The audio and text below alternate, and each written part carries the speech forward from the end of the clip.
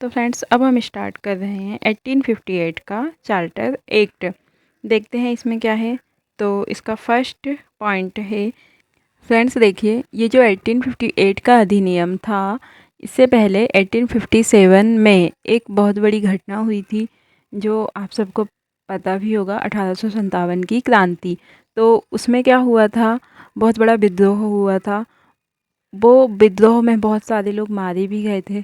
तो 1857 के विद्रोह जैसी घटना की पुनरावृत्ति ना हो और एक प्रशासनिक व्यवस्था स्थापित की जाए और भारत का उपयोग ब्रिटिश औपनिवेशिक के हित में हो, इन सब उद्देश्यों की पूर्ति के लिए कौन सा अधिनियम लाया गया था? भारत शासन अधिनियम 1858। इसके पहले हमने पढ़े थे 1853 का चार्टर एक्ट। ओके फ्रेंड्स, तो 5 साल बाद ही 1858 में यह अधिनियम आया। इसकी विशेषता क्या है? इसके तहत भारत का शासन सीधे महारानी विक्टोरिया के अधीन चला गया। ये क्वेश्चन बहुत आईएमपी है फ्रेंड्स। ये क्वेश्चन डायरेक्ट एग्जाम में पूछा जाता है कि कौन से अधिनियम में भारत का शासन सीधे महारानी विक्टोरिया के अधीन चला गया था। तो कौन सा अधिनियम है? 1858 का भारत शासन अधिनियम। अब इसी में क्या है, गवर्नर जनरल का पद नाम बदलकर भारत का वायसराय कर दिया। हम लोग स्टार्टिंग से पढ़ते आ रहे हैं कि सबसे पहले गवर्नर जनरल को गवर्नर सिंगल बोला जाता था, फिर गवर्नर जनरल बोला गया, बाद में इसे ही वायसराय कहने लगे। ओके फ्रेंड्स, तो एक बार थोड़ा रिवीजन भी कर लेंगे हम लोग कि पहला गवर्नर कौन था, गवर्नर जनरल कौन था और वायसराय कौन था। तो इसी में आगे क्या है, वह वायसराय भारत में ब्रिटिश ताज का प्रत्यक्ष प्रतिनिधि बन गया था। मतलब महारानी जो भी आदेश देंगी तो उसका प्रतिनिधित्व के रूप में कौन था? भारत का वायसराय। और भारत का प्रथम वायसराय कौन था? Lord Canning. और ये जो कैनिंग है, ये ही 1857 की क्रांति में भी थे। ओके फ्रेंड्स, तो ये क्वेश्चन भी बनता है कि 1857 की क्रांति के समय ब्रिटेन के प्रधानमंत्री कौन थे? कैनिंग। बंगाल के प्रथम गवर्नर कौन थे? Robert Clive. और बंगाल के प्रथम गवर्नर जनरल कौन थे? तो इसका आंसर क्या है? Warren Hastings. ये सब हमने 1773 के रेगुलेटिंग एक्ट में पढ़ चुके हैं।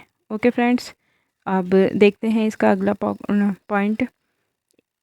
इस अधिनियम ने नियंत्रण बोर्ड, मतलब बोर्ड ऑफ कंट्रोल, और निदेशक कोर्ट ऑफ डायरेक्टर को समाप्त कर भारत में द्वैध शासन प्रणाली का अंत कर दिया। अभी तक द्वैध शासन प्रणाली चलते आ रही थी, एक बोर्ड ऑफ कंट्रोल और कोर्ट ऑफ डायरेक्टर।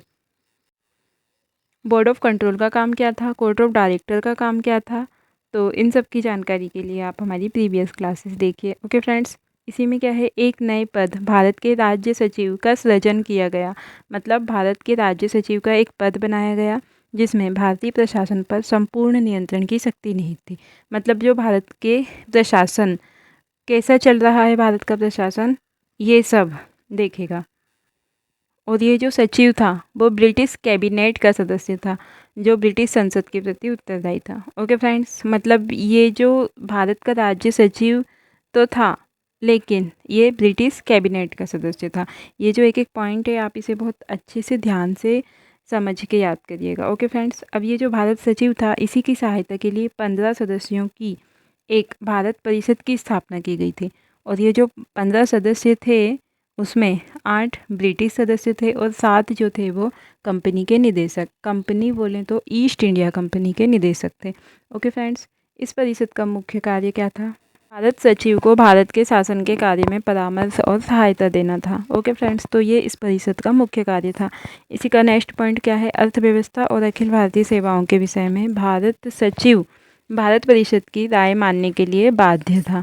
तो दो ही पॉइंट है, अर्थव्यवस्था और अखिल भारतीय सेवाओं के विषय में भारत सचिव भारत परिषद की राय को मानने के लिए बाध्य था। ओके फ्रेंड्स, अन्य सभी विषय पर वह उसकी राय को मानने से इनकार भी कर सकता था। उसे अपने कार्यों की वार्षिक रिपोर्ट ब्रिटिश संसद के समक्ष अनिवार्यतः प्रस्तुत करनी पड़ती थी।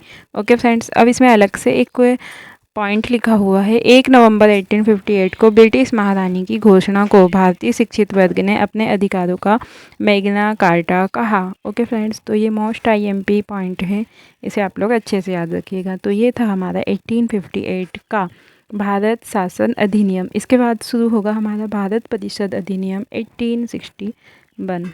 Okay friends,